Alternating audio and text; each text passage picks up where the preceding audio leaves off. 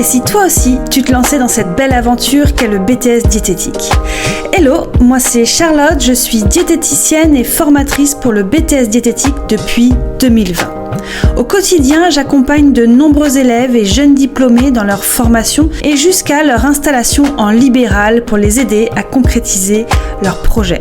Avec Diététique Bienveillant, mon objectif est de partager mes connaissances et mes compétences au service de ton projet. Dans ce podcast, je partagerai notamment les clés de la réussite pour le BTS ainsi que pour ton installation en libéral. J'inviterai également de nombreux intervenants afin qu'ils partagent avec toi tout ce qui pourra t'aider dans ton parcours. Si tu veux me contacter ou avoir plus d'informations, retrouve-moi sur mon site internet www.diététique-bienveillant.fr ou sur Facebook sur le groupe BTS Diététique Bienveillant. Alors, et si toi aussi, tu te lançais dans cette belle aventure? Bienvenue dans ce 10e épisode du podcast Diététique Bienveillant. Je suis ravie de vous retrouver. Avant de passer à l'épisode du jour, je tenais à souhaiter la bienvenue particulièrement aux nouveaux abonnés qui viennent d'arriver, que j'ai vu apparaître sur la chaîne. Donc, bonjour à vous et bienvenue sur ce podcast. J'en profite également pour vous rappeler que vous pouvez soutenir mon travail en mettant une note 5 étoiles sur l'application de podcast que vous utilisez, que ce soit Apple Podcast, Spotify ou même YouTube. Et également partager ce podcast avec toutes les personnes que vous connaissez qui sont intéressées par le BTS diététique, qui font le BTS diététique ou qui sont intéressées par le post-BTS. Ceci étant dit, revenons maintenant à l'épisode du jour. Pour continuer la série des entretiens avec les anciens élèves, je sais que c'est quelque chose qui vous plaît et je pense que c'est très intéressant de voir comment chaque personne peut vivre ce BTS, même si vous verrez qu'il y a des similitudes, il y a aussi des différences sur leur parcours, que ce soit avant le BTS, mais comment aussi ils ont vécu ce BTS dans différentes écoles, que ce soit à distance, en présentiel, privé ou public. Donc je vous laisse aujourd'hui avec Jennifer et je vous souhaite une bonne écoute. Merci beaucoup Jenny d'avoir bien voulu faire cet entretien avec moi et justement ce podcast pour aider les élèves en BTS, les futurs élèves également et les jeunes diplômés parce que toi aussi tu es jeune diplômé et donc installé. Ce que je te propose, c'est déjà que tu commences par te présenter un peu rapidement, ton âge, ton nom, ton année de BTS, quand est-ce que tu l'as eu, etc. Ok, alors moi du coup j'ai 41 ans, donc je suis une vieille jeune diplômée. Du coup je suis diplômée depuis octobre 2023. J'ai fait par correspondance mon BTS et du coup j'ai redoublé ma première année parce que j'avais pris en cours effectivement et voilà. Et du coup j'ai fait sur 2 ans et demi on va dire ce BTS. Ah donc c'est intéressant de voir aussi quelqu'un qui l'a fait en plus longtemps que 2 ans. Pour avoir un petit peu ton retour là-dessus. Donc en fait tu l'as commencé un peu plus tard que les autres, c'est pour ça?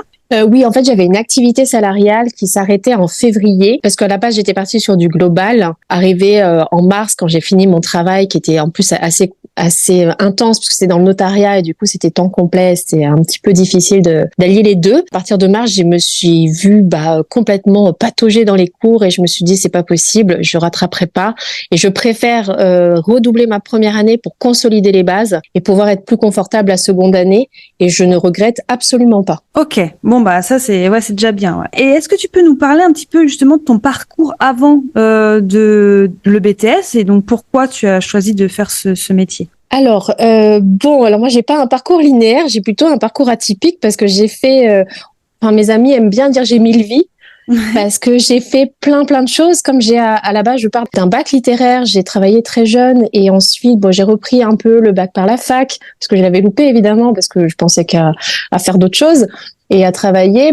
J'ai refait une fac de psycho après à 23 ans et puis après j'ai arrêté et je suis partie en Italie. J'ai été chargée de projet audiovisuel, j'ai été du coup assistante rédaction d'actes dans le notariat, j'ai été photographe de mariage, j'ai tenu un centre de plongée. Enfin j'ai fait, j'en passe parce que sinon on n'a pas assez de temps pour en parler. Quand je suis rentrée dans le notariat, moi j'ai 2 enfants, faut le savoir quand même. Donc là ils ont 6 ans et 9 ans et demi. Et quand je suis rentrée dans le notariat, il y a peut-être 5 ans. Je trouvais ça intéressant parce que j'aime toujours apprendre et m'enrichir. Et puis, j'ai changé d'études et j'ai vu que c'est un milieu pas pourri, pardon, mais c'est un milieu qui c'est très argent, et moi, c'est pas du tout ce que j'aime faire. Donc, j'attendais que mes enfants grandissent un petit peu. J'avais toujours la diététique en tête et notamment l'envie de travailler avec l'humain dans la santé, tout en délivrant l'information en fait du bien manger, parce que on voit quand même dans les supermarchés, on a pléthore de propositions et on voit quand même que les gens se dirigent facilement vers des choses qui sont un peu délétères quand même malgré tout. Si c'est fait, ça dépend évidemment la dose, comme tout. Mais du coup, j'avais vraiment envie d'aider un peu les gens aussi à se retrouver dans tout ça. Et donc, j'ai entamé ça par correspondance justement pour pouvoir m'occuper de mes enfants à côté. Et donc, comme tu disais, t'as arrêté ton travail ou tu travaillais en même temps pendant une période ou la totalité de ton BTS? Non, justement, j'ai arrêté cette fameuse première année où je me suis arrêtée en mars. Alors, de temps en temps, je travaillais quand même. Mais sinon, non, j'ai essayé de faire en sorte j'ai fait une rupture conventionnelle d'ailleurs. Donc, j'ai fait en sorte de pouvoir me libérer un maximum de temps pour pouvoir me consacrer aux cours qui étaient assez conséquents. Et sans compter aussi les enfants à gérer à côté, une maison. Il y a 2 enfants aussi du côté de mon mari. Donc, ça fait beaucoup de logistique aussi. Ouais. Je pense que ça va parler à beaucoup d'étudiants qui sont en reconversion parce que comme oui, c'est certainement, il y a quand même beaucoup d'étudiants qui font de la reconversion pour le BTS diététique et surtout à distance. Et il y en a beaucoup qui sont parents. Et qui sont un peu désarmés aussi. Je vois souvent dans les dans les groupes Facebook, déjà on se dit 40 ans, est-ce que c'est pas un peu tard avec les enfants? Comment je peux faire? Trouver une organisation qui est vraiment pas évidente, surtout quand ça fait longtemps qu'on n'a pas repris les cours, quoi, avec une pédagogie, une méthodologie. C'est pas une pédagogie, pardon, surtout une méthodologie qui est pas forcément évidente à acquérir. J'ai galéré au départ. Ouais, t'as galéré sur la méthodologie, sur l'organisation. Ouais. Oui, déjà à la base, je suis pas quelqu'un de super organisé. Ça me demande un peu d'effort, même beaucoup, pour pouvoir m'organiser. Et là, il y en a tellement de partout, c'est tellement dense que on sait pas où aller, on sait pas par quoi commencer. Et du coup, j'ai mis beaucoup de temps. Et je pense que c'est vraiment la seconde année où je me suis bien installée dans quelque chose qui roulait bien. Mais malgré tout, je remaniais quand même un petit peu des fois. J'améliorais un petit peu mon organisation. Ok. Et ton école fournissait un planning détaillé ou pas de comment fallait étudier chaque semaine ou chaque jour, ce qu'il fallait voir, le chapitre, la matière, etc. Alors oui, il y avait un planning de référence, effectivement, mais qui n'était pas du tout en adéquation avec moi, ma vie familiale, puisque les enfants, ils sont emmenés à 8h30 à l'école, à rechercher à 4h30. Le mercredi après-midi, on n'a pas autant de disponibilité que sur ce planning-là. Donc, je l'ai remanié. Et du coup, par contre, je travaillais du lundi au dimanche, quoi. Oui. Et avant, donc, tu as eu un bac L, c'est ça? Oui. À ce moment-là, on disait encore L. Oui, c'est ça, littéraire. Non, mais... je sais pas non plus les vieilles qui parlent de... Donc, non, ouais, bac littéraire. Oui, tout à fait. Du coup, j'étais un peu violentée aussi. Mais après, quand j'avais fait psycho, j'avais eu la belle idée d'aller dans la seule fac qui faisait, c'était à Paris, qui faisait psycho avec beaucoup de statistiques, beaucoup de maths. Donc, déjà, j'avais eu comme un premier jet, tu vois, comme une introduction à ce que ce sera 20 ans après, quoi. Donc, mais c'était un peu violent quand même là pour le coup, parce que c'était déjà très ancien et en plus j'étais vachement philo, français, etc. quoi. T'as pris une mise à niveau du coup ou pas? Ouais, j'ai fait une petite mise à niveau, ouais. J'ai essayé par moi-même.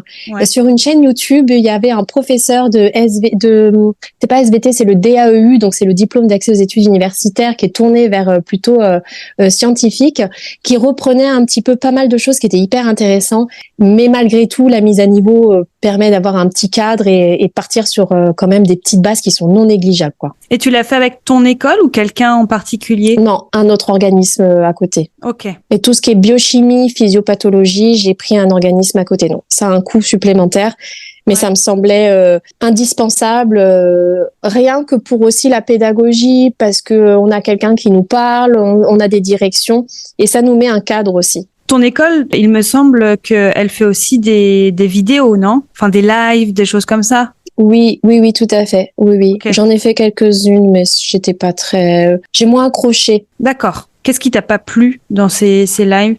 Ce qui m'a pas plu, c'est que moi j'ai toujours aussi ce problème des questions incessantes qui me prennent vite la tête et du coup qui me font un peu switcher. Du coup, je me déconcentre et ça, c'est un petit peu difficile quand il y a beaucoup d'intervenants et qui posent des questions qui n'ont des fois rien à voir avec le sujet. Et puis, parce que des fois, je trouvais qu'il y avait pas tout le temps les réponses à mes questions et ça demandait quand même un gros travail finalement des cours avant de pouvoir faire cette classe virtuelle. Je pense à de la physiopathe et du coup, et des choses comme des sujets comme le rein.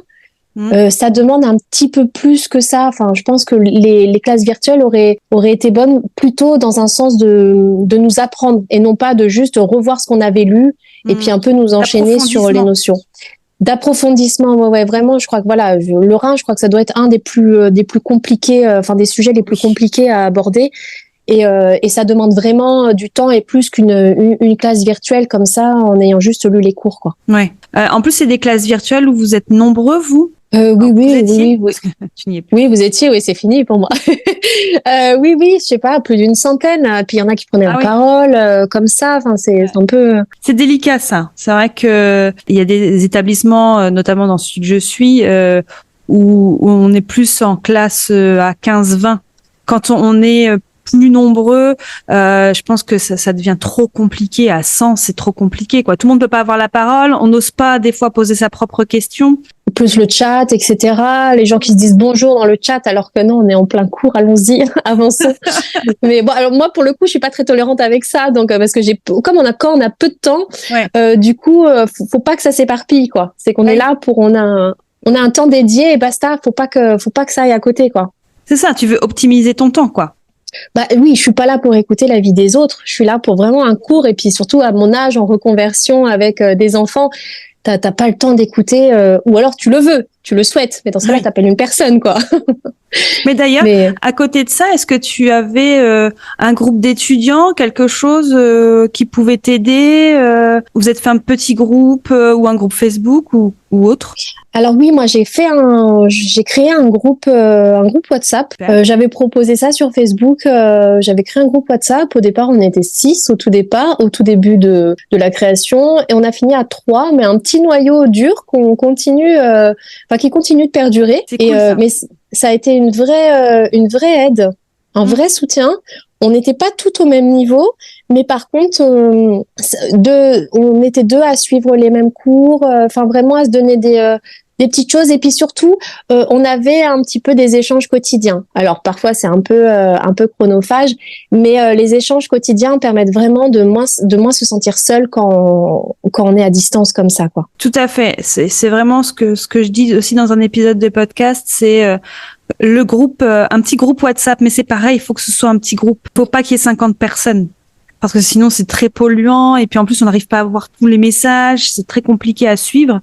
Nous, on avait un groupe où on était 10 et puis au final, on a fini à 4-5.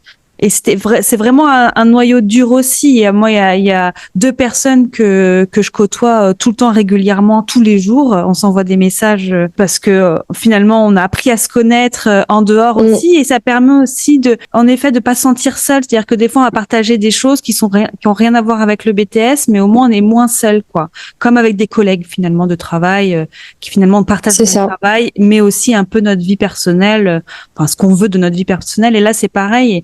Et je trouve que c'est vraiment bien. Ça nous permet aussi de nous maintenir un peu la tête hors de l'eau, surtout quand des fois on se sent un peu submergé par tout ce qu'il y a.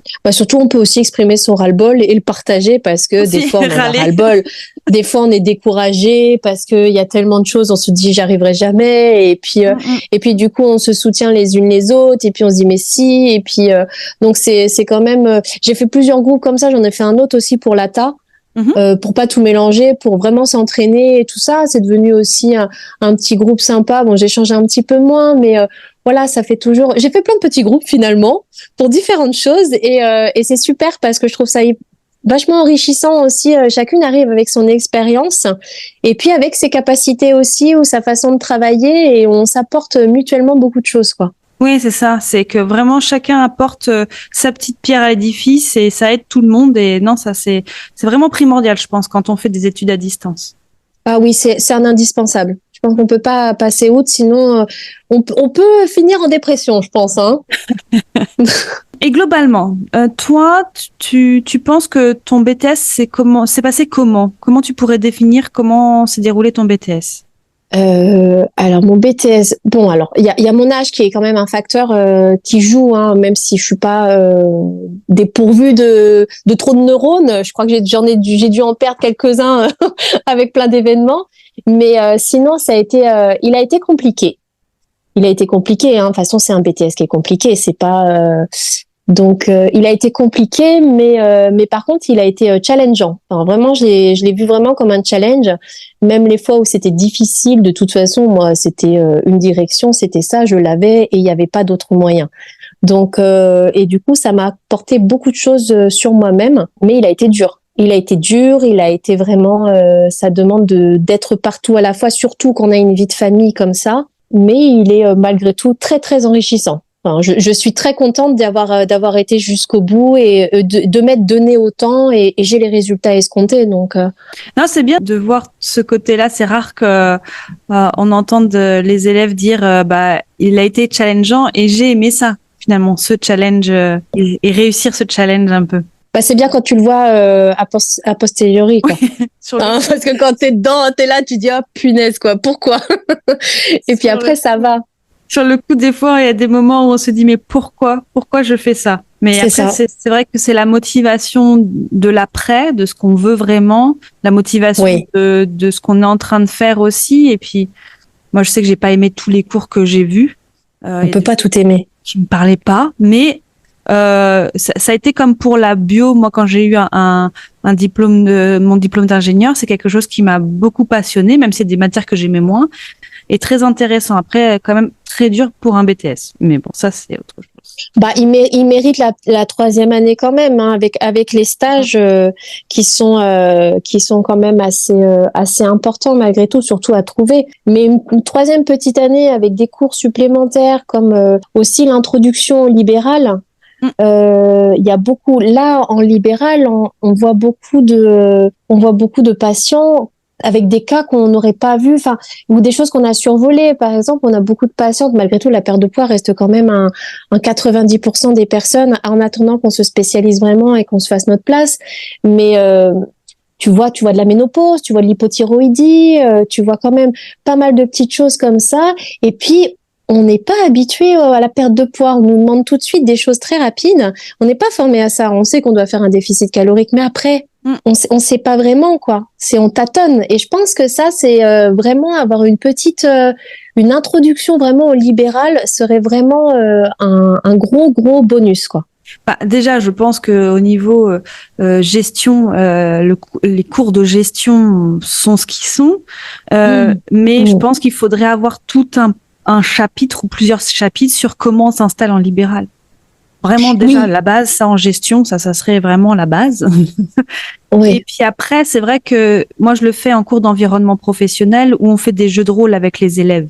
Rôle comme s'ils étaient soit en thérapeutique, soit en libéral et tu leur apprends un petit peu à avoir différents cas, comme des cas que tu as pu avoir toi certainement en libéral, de femmes d'une soixantaine d'années qui mangent peu, mais qui prennent du poids et qui n'arrivent plus à perdre. Et qu'est-ce qu'on fait avec ça? On va pas lui mettre un déficit calorique supplémentaire. Qu'est-ce qu'on en fait? Ça. Et si on n'a pas été formé, si on n'a pas eu l'habitude de voir ça, on peut être totalement désarmé devant ce genre de personnes, quoi. Complètement. Ou les troubles du comportement alimentaire. Une personne qui vient pour une perte de poids puis qui dit je suis boulimique. Bah c'est super. Bah bon, allons-y. Et oui, il y a plein de choses comme ça où finalement, même la micronutrition, finalement, on devrait avoir aussi, on devrait avoir une matière micronutrition. Parce que d'autant qu'on le voit dans les recommandations. C'est ça. Mais pas assez, finalement. On voit que des recommandations, mais on creuse pas un petit peu plus là-dedans. Mais je suis totalement d'accord et d'autant plus, je pense que ça éviterait des dérives parce qu'il y a quand même pas mal de diètes. J'ai vu de ma promo, mais il y en a d'autres qui passent sur des compléments alimentaires avec des formations de certains laboratoires qui les délivrent, etc. Mais qu'est-ce qu'il en est vraiment? Je pense que il y a une bonne partie quand même des nouveaux diètes. Alors je sais pas pour les anciens, je peux pas mais qui n'ont pas forcément la connaissance exacte des micronutriments qu'ils préconisent en complémentation, quoi. Ah oui, totalement. C'est pour ça que c'est une formation supplémentaire, mais après après le BTS, il y a beaucoup de formations qu'on prend en complément. D'ailleurs, ça s'arrête jamais en fait. On verra ça après, on verra ça ensemble. Je te demanderai. Oui. On continue sur ton BTS. Donc là, tu nous parlais de ta première année, ta deuxième année, ok. Pendant le BTS, tu dois le savoir, on a des stages à faire. Oui. Comment se sont passés tes stages et est-ce que ça a été difficile ou pas pour toi de les trouver? Alors, ça n'a pas été du tout difficile pour moi de les trouver. C'est rare. Dans le sens, parce que je me suis pris super tôt, en fait. Okay. Tout simplement, hein. C'est pas forcément si on se réveille en septembre pour avril ou mai, là c'est compliqué. Donc après, comme j'avais redoublé ma première année, ça me faisait effectivement un petit plus, un petit temps supplémentaire, le temps de comprendre que ça pourrait être compliqué. Donc Restauco, ça facile à trouver, ça franchement, faut vraiment être dans un trou super paumé pour pas le trouver. Et encore, oui, parce qu'il y en a des restaurations collectives, des EHPAD, des écoles, donc il y a quand même moyen de trouver. En plus, c'est de la main-d'œuvre pas chère. Donc, pour cela, je vais commencer comme ça. Donc, la Restauco, j'ai trouvé facilement. Le premier, c'était une horreur. J'ai détesté tous les jours dans ma tête. Je criais, mais casse-toi de là. Qu'est-ce que tu fais? Ah oui. Et je me disais, non, oui, parce que déjà, j'ai un certain âge et que j'ai quand même une expérience professionnelle depuis que j'ai 16 ans. Donc, je travaille depuis longtemps. Et là, clairement, on voyait que je me faisais exploiter. C'est couper des fruits toute la matinée. Non. Et puis, ce que je faisais, le truc horrible, c'était dans un restaurant d'entreprise et c'était juste après le Covid. Et du coup, je donnais tous les midis. Donc, je coupais plein de fruits tout le matin, où je faisais vraiment des trucs vraiment pourris, des trucs à la chaîne horribles. Et puis après, à midi, je donnais des couverts à peu près à 300-400 personnes. Ah oui, d'accord. Et je faisais juste que ça. Couverts. Tu donnais les couverts. Oui, parce que c'était des couverts, tu sais, en sachet. Oui. C'était les mesures prises, les mesures gouvernementales prises juste après le Covid, c'était en 2021. Donc, du coup... 2021, 2022, non 2021, je sais plus, je mélange un peu. Et du coup, c'était des sachets individuels dans lesquels il y avait les couverts. Et ça me faisait péter un câble. Pendant 2 heures, je faisais ça. Et moi, le travail à la chaîne, en plus, je trouve ça horrible. Donc, t'as pas moment de t'évader parce que tu dois donner. Et j'étais là, mais je ne suis pas là pour ça. Je ne suis pas payée et je travaille gratuitement pour ces gens. Ouais. Et puis après, je nettoyais les tables et c'était, franchement, ça m'a saoulée. Et je voulais mettre des actions en place, faire des questionnaires, des choses sympas. Et en fait, j'avais devant moi un gérant complètement réfractaire. Ah, il me l'avait dit, hein, réfractaire à la nutrition. Pour moi, j'étais un peu une personne restrictive qui allait dire aux gens de plus manger, quoi, limite. Ouais. De plus se faire plaisir, de plus prendre de petits desserts comme ils aiment bien le midi ou ce genre de choses, quoi. Voilà, exactement. Alors que pas du tout. On est diététicienne, on n'est pas là pour amener de la restriction. Mais d'ailleurs, quoi qu'il en soit, même si cette expérience était un peu difficile, parce que c'était difficile quand même, hein, je faisais 3/4 d'heure de route pour y aller le matin. Mais même si c'était un peu difficile, ça a permis d'alimenter aussi mon mémoire et du coup aussi mon oral. Donc c'était parfait. Ça s'intégrait parfaitement là-dedans. Et pour le deuxième, c'était Restauco, enfin cuisine centrale, pardon, donc rien de spécial. Et après mes stages thérapeutiques, c'est génial. Je me suis éclatée, c'était top. Et là, je me suis pris 1 an et demi à l'avance, vraiment. Ah oui. Ouais, quand même. Et pour au final avoir 3 stages thérapeutiques, j'en ai refusé un. Le luxe, ouais. le grand luxe, quoi. Et là, ça s'est super bien passé. Ce qui est important, je pense, de souligner, c'est que ces stages sont un tremplin aussi dans la vie professionnelle quand on a envie d'être dans l'hospitalier. C'est très, très important. Là, j'ai réussi à trouver un emploi dans l'hospitalier, justement. Et c'est une des diètes avec lesquelles j'étais en stage et avec qui ça s'est super bien passé, qui m'a recommandé. Les stages servent déjà à mettre de la pratique en plus de la théorie. Fait. C'est quand même, parce que la théorie, au bout d'un moment, on en a un peu marre aussi, hein. Ah, il faut de la pratique. Et la pratique, les stages servent à mettre de la pratique. Mais également, en effet, c'est aussi un carnet d'adresses qu'on se fait, quoi. Mais que ce soit pour le thérapeutique ou même dans l'épisode que j'ai fait avec Najim, lui, ça a été pour la Restauco parce que finalement après, maintenant, il va être qualiticien, etc. Donc ça l'aide là-dedans. Même pour le libéral, finalement, le libéral, on se crée un petit réseau. Bien sûr. Peut-être peuvent nous envoyer des patients. Donc c'est vraiment important, je pense. Et puis on peut nous rappeler, moi j'ai le 2e stage, ils m'ont rappelé pour faire un remplacement en néphro où j'avais fait justement mon stage et où ça s'était super bien passé. Donc, il faut vraiment, ce qu'il faut aussi se dire sur ces stages, j'en profite pour passer des messages que j'ai vus, c'est que il faut qu'on soit motivé, que même si ça nous plaît pas, il faut vraiment qu'on donne une très bonne image de l'étudiant. Pourquoi? Parce qu'en fait, certains hôpitaux, certains centres hospitaliers ne vont plus prendre de stagiaires parce qu'ils en ont eu marre d'avoir des gens démotivés ou qui étaient là, qui faisaient rien. Et je pense que quand on fait un stage, on nous représente nous-mêmes, mais aussi tous les étudiants diététiques qui vont passer derrière. Ou en tout cas, qui donneront cette chance-là. Tout à fait. Après, malheureusement, il y a quand même des diètes ou des endroits qui ont des avis négatifs sur des élèves à distance, malheureusement. Donc, mais c'est pas mal. C'est à nous de prouver. Ils ont et moi, je sais que sur les deux, ils ont des tout petits créneaux. Par rapport, parce que moi, je suis à côté de Nice, donc il y a le lycée Sacerno qui lui est en présentiel. Il privilégie ce lycée-là. Enfin, pardon, il privilégie les écoles en présentiel. Et pour le distanciel, ils ont vraiment des petits créneaux. Donc déjà, c'est bien de s'y prendre à l'avance parce qu'on n'en a pas beaucoup. Et si en plus ça se passe mal, eh ben, ils peuvent ne plus en prendre. Oui. Donc, c'est à nous de montrer qu'on est à distance, mais qu'on est là, quoi. Oui. Que les élèves à distance valent le coup aussi. Qu'ils ont Exactement. les mêmes capacités, les mêmes compétences. Ouais, ça, c'est sûr. Tout à fait. C'est comme faire remanger une dame avec des féculents, lui disant les féculents, ça va pas te faire grossir. Bah là, c'est pareil. Un étudiant à distance te montrera qu'il sait travailler, il a la connaissance. Ouais, bien sûr. Ouais, je vois ce que tu veux dire. Ouais, c'est aussi à l'étudiant de montrer aussi, de prouver les choses. Et comme bien sûr. Ça va servir aux années futures, aux autres qui viennent. Tout à fait. Exactement. Ok. Et ton stage optionnel alors? Alors mon stage optionnel, j'ai fait dans une PMI. Ok. Donc protection maternelle infantile. Du coup, il voulait pas. Au début, il voulait pas. Et j'ai insisté. J'ai pas lâché l'affaire parce qu'en fait, il y avait pour moi, je devais y aller. C'était comme ça. Je voulais faire mon stage optionnel à la PMI. Et ils me disaient non parce qu'il y a pas de diète. Je les ai harcelés les pauvres. Et ben ils m'ont pris. Donc ça s'est bien passé finalement et c'était génial. Ça a duré 5 semaines. Alors là, moi, je l'ai fait en juillet. Ouais. J'ai pris le parti de le faire après les examens pour pouvoir justement privilégier les révisions. Et du coup, donc j'ai passé les examens et j'ai enchaîné tout de suite, genre 5 jours après, avec le stage optionnel, tout en justement rédigeant le mémoire. Ok. Et ça a été? Tu regrettes pas d'avoir fait comme ça?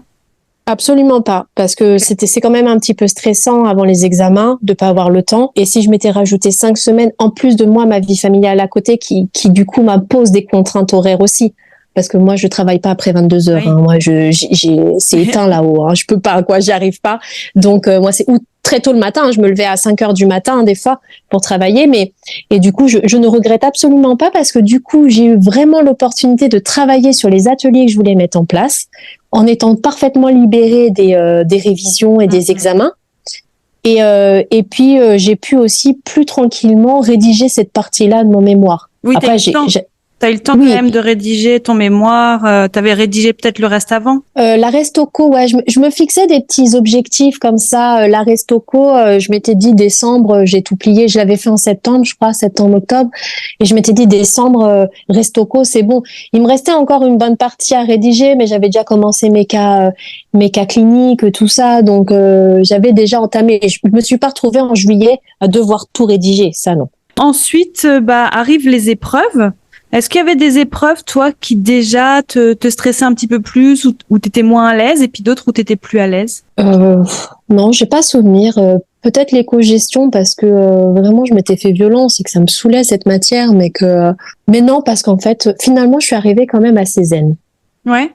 Non, si, il y en a une, pardon. Non, il y en a une qui me faisait super peur. C'était SDA, alimentation et nutrition.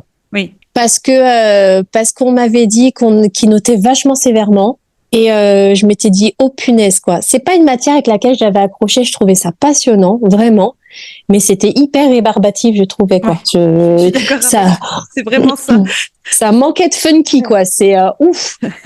C'était super dur et puis je m'étais quand même bien forcée. Et malgré tout, je me suis forcée à chaque fois. Hein. J'ai pas fait l'impasse. Et j'ai tout fait et celui-là j'avais peur et finalement j'ai une bonne note mais à part ça à part ça, je m'étais vraiment donné les moyens. Je m'étais dit le travail ça paye et j'avais beaucoup travaillé et j'avais vraiment bien révisé. En avril, j'avais commencé. Je m'étais fait un planning. J'avoue, sur tout ce qui était physiopathe, brûlure et coma, j'avais mis un peu de côté quand même parce que bon, je savais qu'on n'aurait pas ça. Je privilégiais quand même les gros trucs, mais je suis quand même arrivée assez zen quand même pendant les examens. Assez confiante. Assez confiante parce que quand on travaille toute l'année, quand on se donne au max, de toute façon, on arrive devant notre copie, bah ça y est, on a déjà tout donné en fait. Ouais. C'est fini là, donc il y a plus qu'à se tester maintenant. C'est un bel état d'esprit de penser comme ça. C'est bien. Parce qu'il y en a d'autres qui vont plutôt énormément stresser en se disant j'ai pas les capacités ou je vais pas y arriver, ou se mettre la pression énorme en se disant absolument faut que j'y arrive et que justement ils échouent à ce moment-là. Toi, c'est bien. Ça a une... Ah bah non, mais tout ça, moi je me le suis dit pendant l'année en cours, tu vois. Mais une fois arrivé aux examens, ça y est, c'est fait, tu vois. Les choses sont déjà faites. Il y a plus qu'à y aller, quoi. C'est terminé. Tu peux plus tu peux plus réviser, tu peux plus. Non, ça y est, Oui, c'est fini. Les dés Voilà. sont jetés. C'est comme les personnes c'est ça. qui lisent à fond leur cours 30 minutes avant de rentrer dans une salle d'examen. Ça sert à rien. C'est vachement stressant. Ça sert à rien. À moins que tu aies besoin de consolider 2-3 trucs. Je crois que non, j'avais lu un truc, ça m'avait vachement aidé, tu vois. Mais genre justement avant de rentrer, parce que quand même j'ai lu, je suis pas arrivée. Je suis pas arrivée la musique dans les oreilles, tu sais, en chantonnant et tout, genre vas-y, je vais tout déchirer. Non, quand même.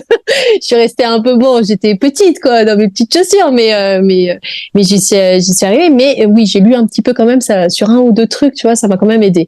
Mais il faut que tu aies bien travaillé avant. C'est qu'après t'es limité dans ta capacité de stockage là-haut quand même. Donc forcément, au bout des fois, t'oublies et c'est normal. Et d'ailleurs, c'est un truc souvent on se dit ah punaise, j'ai déjà tout oublié et c'est quelque chose qui est tout à fait normal.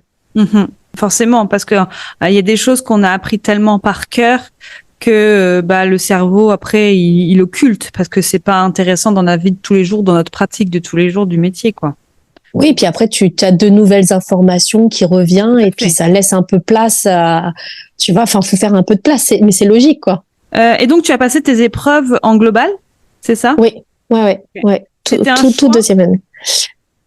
Oui, j'étais partie comme ça. Oui, parce que je trouve que c'est bien parce que déjà c'est des matières qui sont transversales et ça me laissait du temps. J'avoue que je suis toujours un peu à repousser aussi les choses, tu vois. Donc ça m'allait bien que ce soit la deuxième année, mais je regrette pas parce que en biochimie et physio, même si j'étais bien au taquet la première année, j'étais bien contente de la passer la première parce qu'il y avait quand même base physiopathe où tu avais de nouveau de la biochimie et je sais que si j'avais passé ça la première année, sûrement que ça aurait été plus compliqué de s'y remettre la seconde. Ouais. Bah oui, c'est dur de se remettre dans quelque chose où tu t'es dit ça y est, je l'ai fait. Surtout une grosse épreuve comme ça, enfin surtout une grosse matière comme ça, je veux dire. C'est ça. Après, j'ai eu le cholestérol. J'aurais peut-être dû faire la première année, tu vois, parce que bon, j'ai pas eu une note trop. Franchement, ça s'est bien passé. J'ai eu 14,5, donc ça va. Mais cholestérol, je l'ai pas aimé lui. Hein. C'est pas mon copain, quoi. J'étais un peu dégoûtée. Mais oui, moi, je préférais faire tout deuxième année et je regrette pas du tout mon choix. Est-ce que sur ton apprentissage, tu avais d'autres choses déjà à ajouter? De questions que je t'ai pas posées, des choses que tu voudrais rajouter? Non, je vois pas sur mon apprentissage. Non, je sais pas à part se faire des plannings et puis s'organiser c'est la clé. Enfin c'est tout. Hein. La répétition, je pense que c'est bien de mettre le point sur le fait de se faire des répétitions, de se faire se faire une ration tous les 2 jours, un cycle de Krebs tous les 2 jours pareil, t'alternes. Ça, c'est vraiment super. C'est comme ça que je fonctionnais. Les RNP aussi, pareil. Enfin, tous les matins, je me faisais des sessions de révision comme ça. RNP, enfant, c'est super chiant en plus. C'est pareil, c'est plein de chiffres, donc c'est compliqué quand c'est que des chiffres. Je trouve, pour moi en tout cas. Oui, comme les valeurs nutritionnelles, ce genre de choses, quoi. C'est dans la répétition. Ouais, c'est ça. C'est la répétition. Tu lis, tu le fais, tu testes, tu relis, tu retestes. C'est vraiment ça, surtout dans les dernières lignes droites, quoi. C'est ça. Pour être sûr, justement, à partir de mars-avril, là, avant les épreuves, faut être à fond là-dedans, répéter, pour que le jour de l'examen, ce soit fluide. C'est ça, te faire des Ou plus ou moins mais en tout cas, voilà, ce soit quelque chose qui te soit vraiment familier, que tu te le sois approprié et que t'aies plus à réfléchir C'est ça. à tel ou tel chiffre, ou même si tu te plantes un petit peu, mais au moins, bon, tu restes toujours dans les valeurs requises. Mais par contre, déjà, il faut savoir aussi qu'il faut faire une ration avant d'aller aux examens, quoi. Même avant avril, hein. Ah oui, Il y en a ça, c'est sûr. il y en a qui savaient pas, hein, faire des rations, hein. Donc, et ça, c'est la base de notre métier, parce que même après, parce que c'est pas qu'un examen qu'on passe, c'est qu'après, on prend en charge des personnes, quoi. Donc, c'est pas aussi que réussir un examen ou avoir des bonnes notes. C'est tout derrière. Quand je vois ceux qui veulent le passer en une année, je me dis, c'est de l'inconscience. Parce qu'au-delà du fait que ce soit dense, on parle quand même de la prise en charge de santé. Donc, on peut pas faire l'impasse sur plein de choses et puis y aller à l'à peu près, quoi. Oui, c'est ça. Ouais. En effet, c'est se dire, bah, je vais essayer de le passer en un an, je vais faire l'impasse sur pas mal de chapitres. Et puis, avec de la chance, je l'aurai. Oui, peut-être que dans ces cas-là, on peut avoir son diplôme. Par contre, après, en effet, dans la prise en charge de patients, ça va être plus délicat, quoi. Bah oui, parce que tu peux faire un peu n'importe quoi. Quelqu'un qui est sous corticothérapie et puis tu fais pas quand même attention au sucre, au machin, etc. Si tu sais pas, enfin c'est un exemple pas comme un autre, mais quand même je vois à travers là mon activité libérale que bah même des fois j'ai des personnes, tu sais, je regarde un peu mes cours quand même, hein, où je regarde certaines choses, mais quand t'as pas du tout les acquis, c'est compliqué, quoi. C'est ça. En effet, on n'est pas obligé de tout savoir quand on reçoit des gens, même en libéral. Non. Il y a des maladies, des fois, on va pas savoir, mais il y a quand même des acquis, en effet, qu'il faut avoir. Si quelqu'un vient nous voir avec une pathologie qu'on a vue en BTS, normalement, on est quand même censé savoir les grandes lignes. Après, on va pouvoir se renseigner un petit peu plus pour voir si on ne peut rien. Mais en effet, s'il nous parle de corticothérapie, on va pas faire n'importe quoi dans son alimentation, quoi. Ouais, tu vas pas lui dire, allez-y, le jambon, quoi. Allez-y tout le temps le jambon, le fromage, tu vas faire attention. C'est plein de petites choses comme ça, le pain, tout ça, tout ce qui est sel et sucre, même s'il n'y a pas de restriction. Il va falloir réussir à doser ça. C'est pas juste un plan alimentaire à donner. C'est toute une prise en charge globale. Comment il sale par-dessus ses aliments. Enfin bon, tout plein de choses où, oui, on peut pas le survoler. Et d'ailleurs, selon toi, quelles sont les qualités qui sont nécessaires pour être diététicienne ou diététicien? La première, je pense, c'est la bienveillance, hein, parce qu'on doit écouter sans être dans le jugement. Et après, je pense qu'il y a un esprit d'analyse à avoir quand même. Il faut comme une réactivité intellectuelle, tu vois. Il faut savoir rebondir tout de suite, d'autant plus sur du libéral, où tu reçois des infos comme ça, telles quelles, où tu t'y attendais pas, parce que l'hospitalier, tu sais, tu as toujours le dossier médical, tu y vas, donc tu sais plus ou moins. Donc là, dans le libéral, par exemple, c'est vraiment où tu dois vite rebondir, vite trouver des solutions. Donc, je pense que ça, c'est un atout quand même dans notre métier. Et puis bon, je l'ai pas dit, mais évidemment l'écoute, enfin la bienveillance, l'écoute, et puis avoir cette réactivité, quoi. Ouais. Et maintenant que tu as eu ton BTS, donc tu nous parlais de tes différentes activités, donc libérales et thérapeutiques, si j'ai bien compris. Alors oui, là je suis en libéral depuis décembre. J'ai ouvert mon cabinet en décembre. Et là, lundi, à partir de lundi, je commence mon travail en hospitalier, à mi-temps. D'accord. À mi-temps. Donc, tu es à mi-temps en hospice et à mi-temps à ton cabinet. Voilà, exactement. Et ça fonctionne bien, ton cabinet? Alors, bien, c'est un grand mot puisque c'est le début.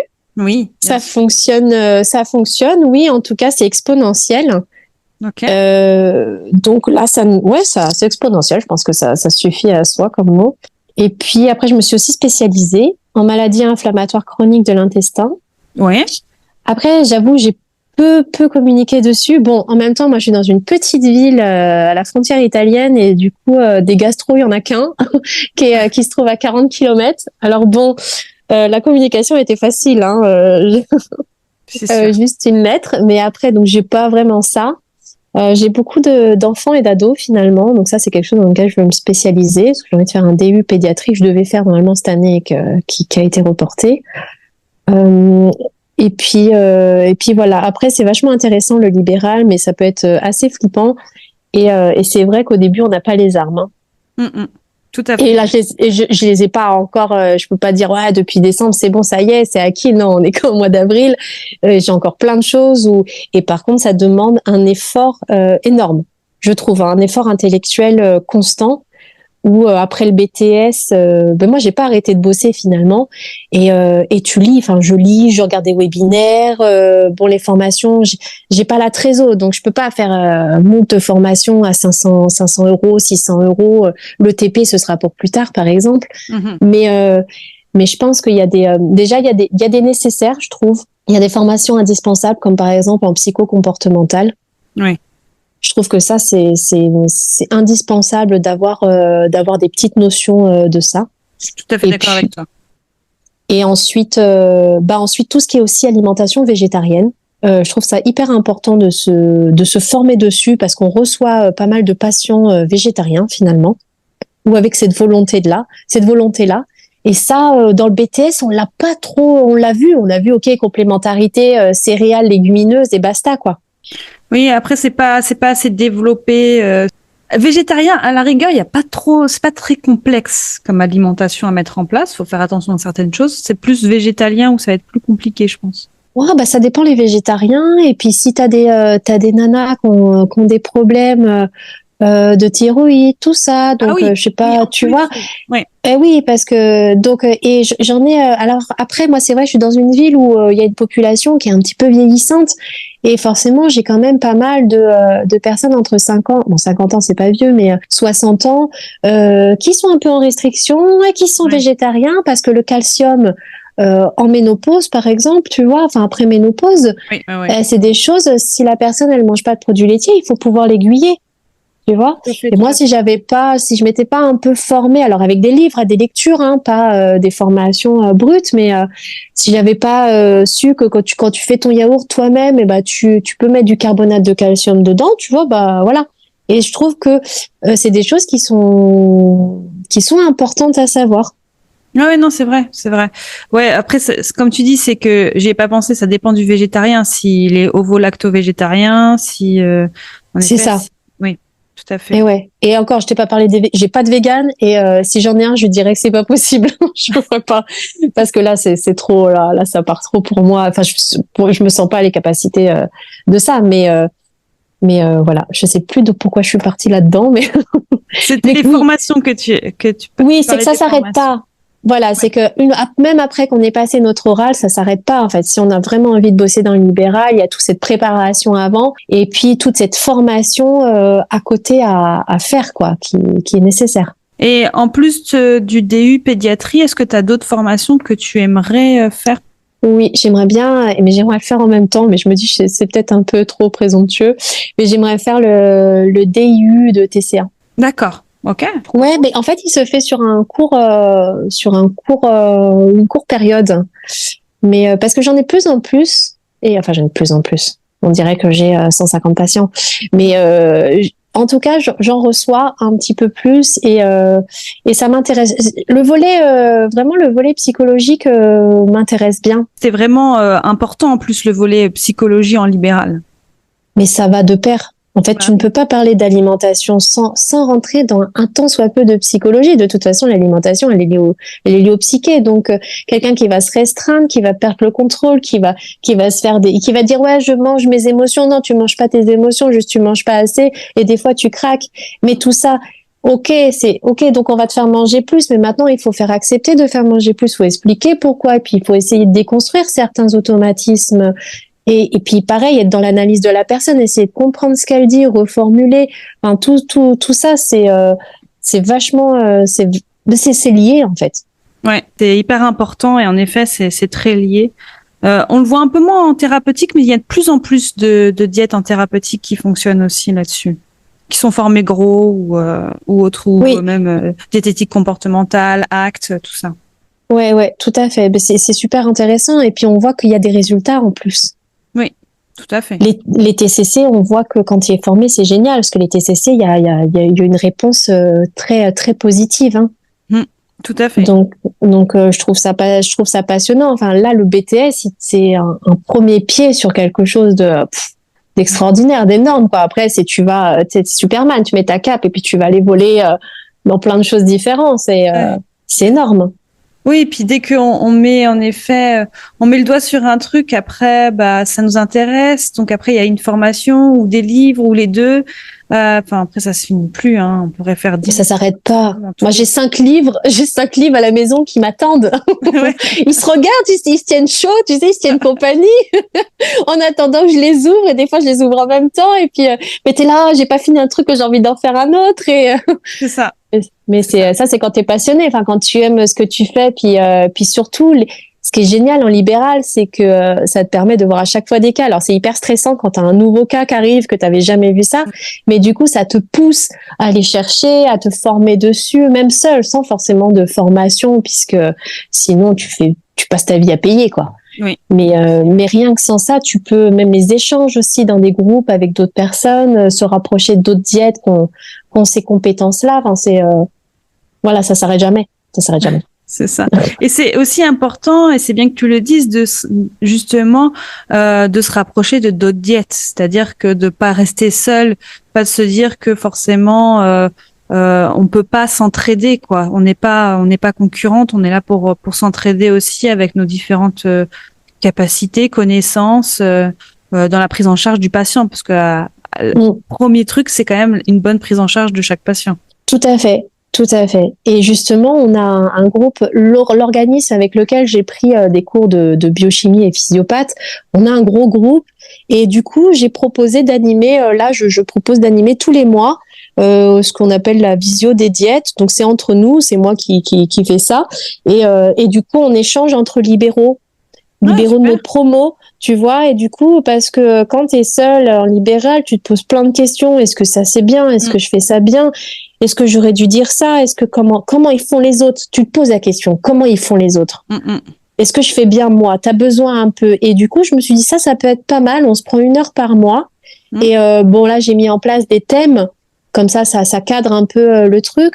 Mais ça permet d'échanger sur ces thèmes-là et de se faire avancer ensemble, quoi. Ouais, non, mais c'est super bien ça. Et de se rassurer.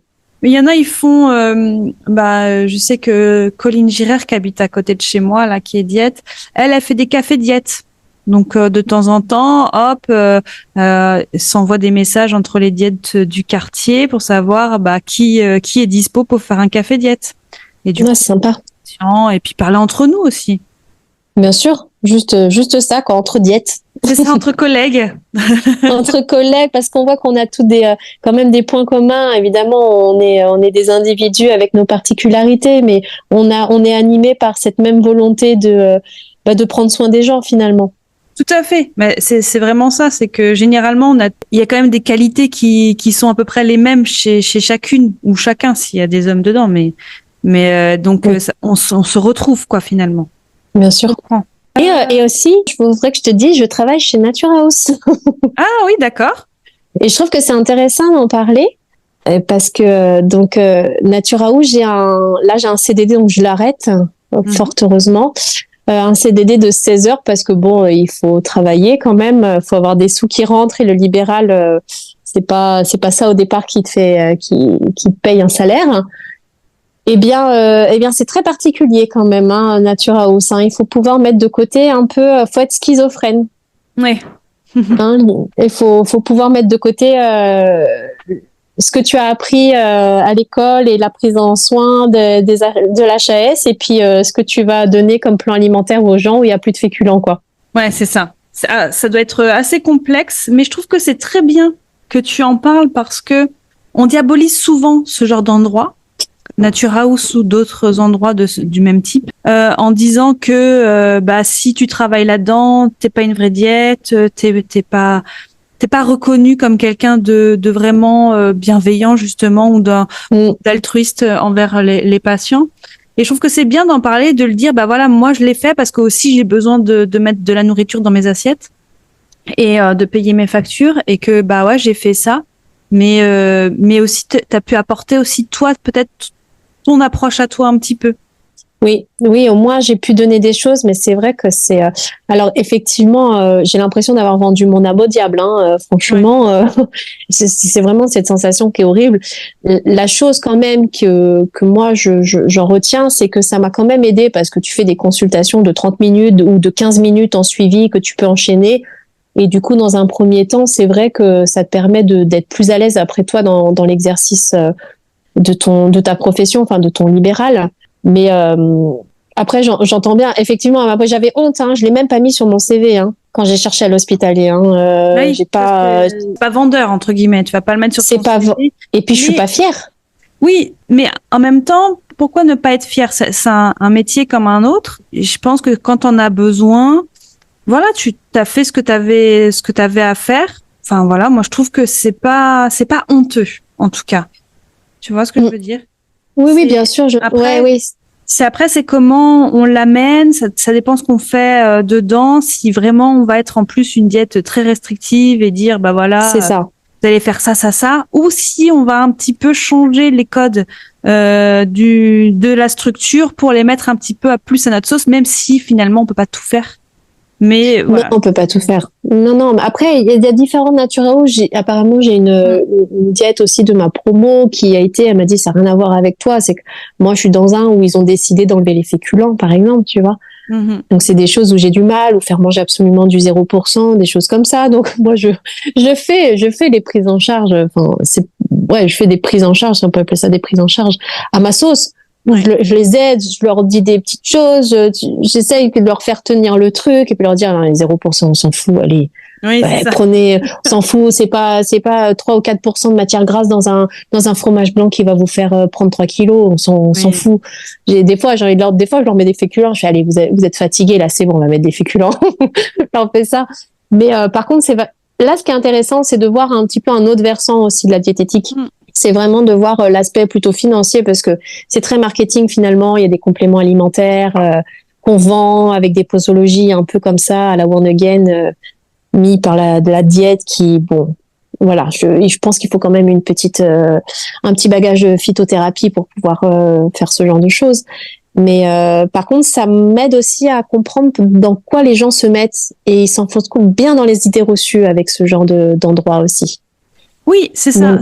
Et comme tu disais, c'est que ça t'a permis aussi dans ton libéral d'avoir aussi plus d'outils.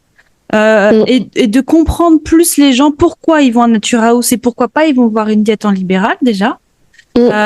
Et aussi de voir par quoi ils sont passés, par quel cheminement psychologique, physique, et pourquoi après ils se retrouvent chez une diète en libéral aussi, et comment toi tu vas les prendre en charge, parce que finalement tu sais par toutes les étapes qui sont passées, donc tu vas les prendre en charge peut-être différemment, tu vas peut-être leur parler différemment parce que toi tu connais. Donc je trouve que voilà, ça reste une expérience qui peut être utile. Bah tout à fait. J'ai vu un autre un autre côté aussi de ce qu'on pouvait faire, des possibilités qu'on a en tant que diète ou future diète, parce qu'il y a beaucoup qui se posent la question aussi sur le futur, sur les débouchés qu'il y a après le Tout à fait. BTS. Oui. Donc du coup forcément ça reste une des possibilités. Oui, c'est ça. Je sais Mais que là, en t'écoutant, il y a beaucoup d'élèves qui vont déjà avoir des étoiles dans les yeux parce que tu dis que tu as trouvé un poste en thérapeutique, même à mi-temps. ouais.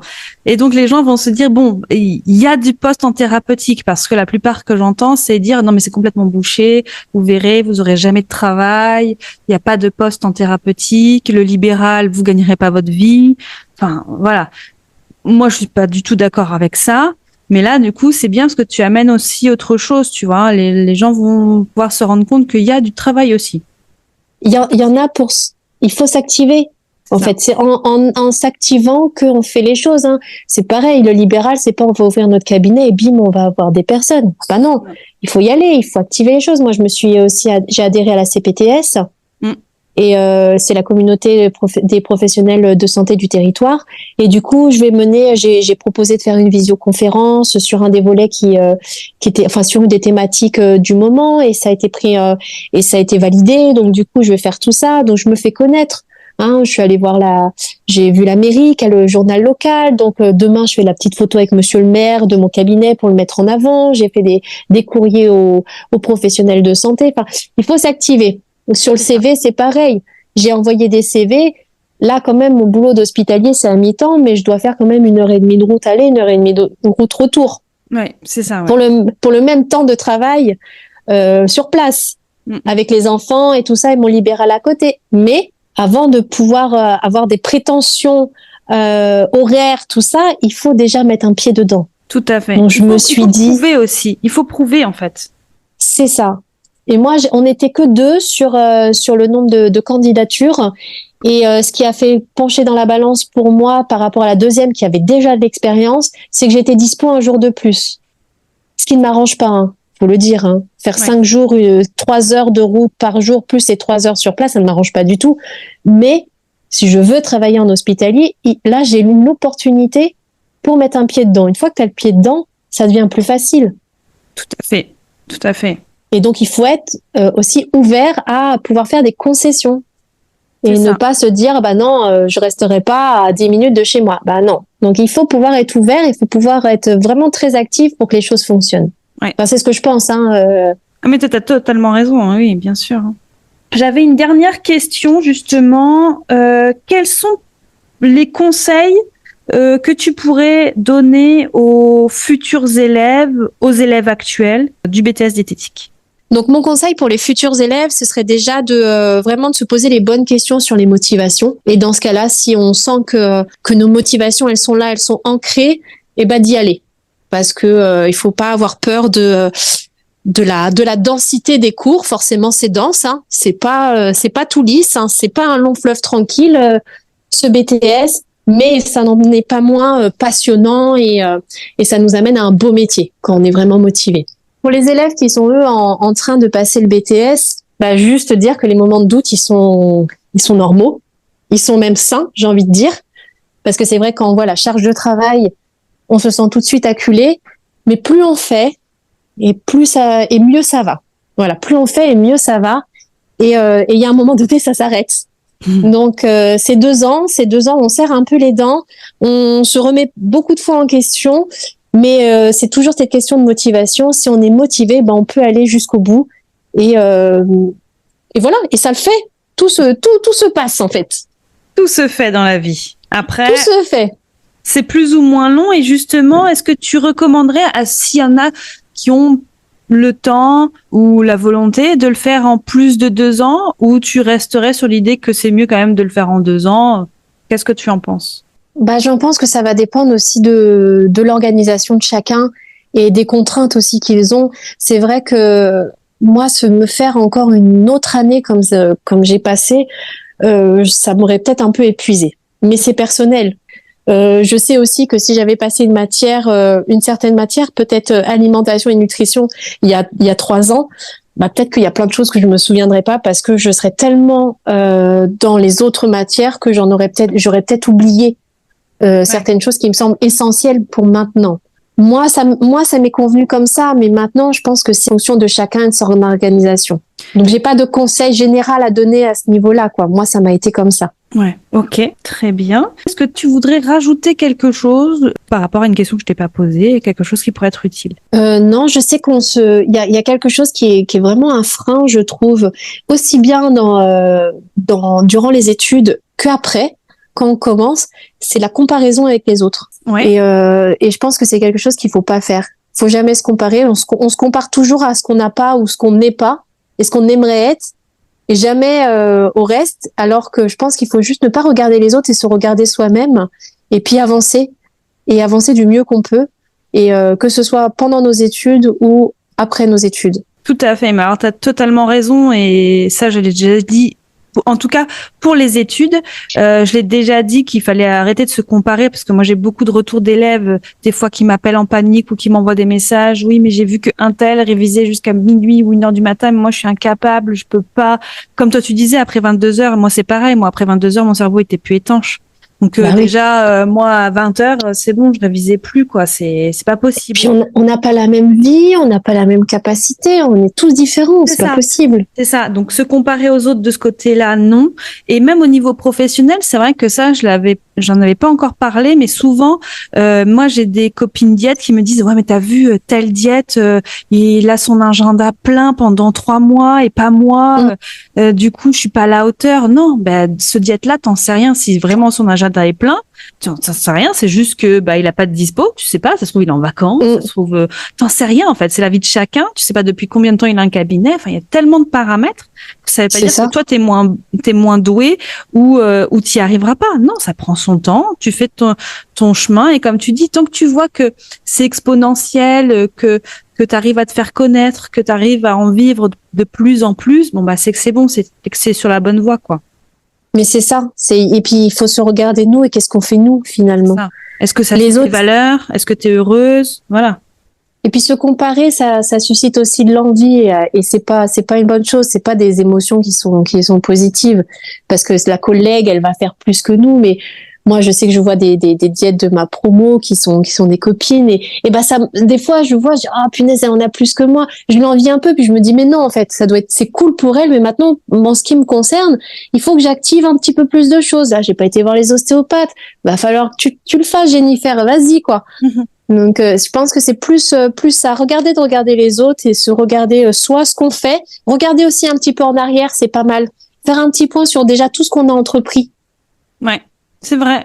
Même quand on est dans les études, quand on se dit, oh là, j'y arriverai pas. Ah ouais, mais attends, regarde tout ce que tu as fait en biochimie. Tu savais ça avant? Non. Regarde tout ce que tu as avancé. Ça aide un petit peu à relativiser, voire dézoomer un petit peu, comme avec nos patients. Dézoomer un peu, c'est pas un extra qui va faire que tu vas prendre 10 kilos, mais là, c'est pareil, en fait. Dézoomer, regarde tout ce que tu as fait jusque-là. Ouais. Il te reste encore un long parcours, mais tu as déjà entamé ce parcours. C'est ça. Et souvent, c'est ça qui est important. Après, on demande à nos patients d'appliquer des choses que nous-mêmes, on n'arrive pas à faire sur nous. Tout à fait. C'est déjà appliquer ce genre de choses sur nous-mêmes pour être bienveillant avec nous-mêmes. Et moi, c'est ce que j'appelle la boîte à cookies. C'est David Goggins qui en parle. Alors, ouais. C'est un personnage, on va dire, ce monsieur. Et en fait, il parle de la boîte à cookies. La boîte à cookies, je l'ai fait déjà avec mes patients. C'est un bocal. Moi, j'en ai un, en fait. J'ai un bocal. Et dedans, c'est plein de petits papiers avec des choses que tu as réussi dans ta vie. N'importe quoi. Mais en fait, dès que tu te sens pas bien, tu ouvres cette boîte à cookies, tu sors un papier pour te montrer qu'en fait, si, tu es capable de faire des choses. C'est ça. Et ça, c'est vraiment quand on n'est pas bien, même pendant le BTS, se dire, bah si, en fait, j'ai réussi à faire ça et savoir cette petite boîte à cookies, se dire, bah si, en fait, ce chapitre-là, j'ai réussi à le voir, je m'en souviens, ok, ça c'est bien, j'ai bien travaillé là-dessus, etc. Je suis capable. C'est ça, je suis capable. On est capable de tout faire quand on se donne les moyens, donc il n'y a pas de raison, en fait. Si on travaille et si on y met tout ce qu'on a, il y a pas de raison que ça fonctionne. Après, il y a des fois un petit facteur chance, malchance, mais quand même, il y a pas de raison. Il faut se faire confiance et si on a décidé de prendre cette voie, c'est que c'est pas pour rien. Moi, je crois beaucoup en la vie et dans les choix qu'on fait. Ouais, tout à fait. Je suis bien d'accord avec toi. Et puis, voilà. Okay. Est-ce que tu avais autre chose à rajouter? Non, je pense que ça va, je t'ai bien enchaîné là. En tout cas, franchement, je te remercie énormément pour cet échange. C'était avec plaisir. Très sympathique. Ouais, très chouette. Merci beaucoup. Et puis merci à toi. Et, oui, toi aussi. Et peut-être à bientôt alors. J'espère que cet épisode vous a plu.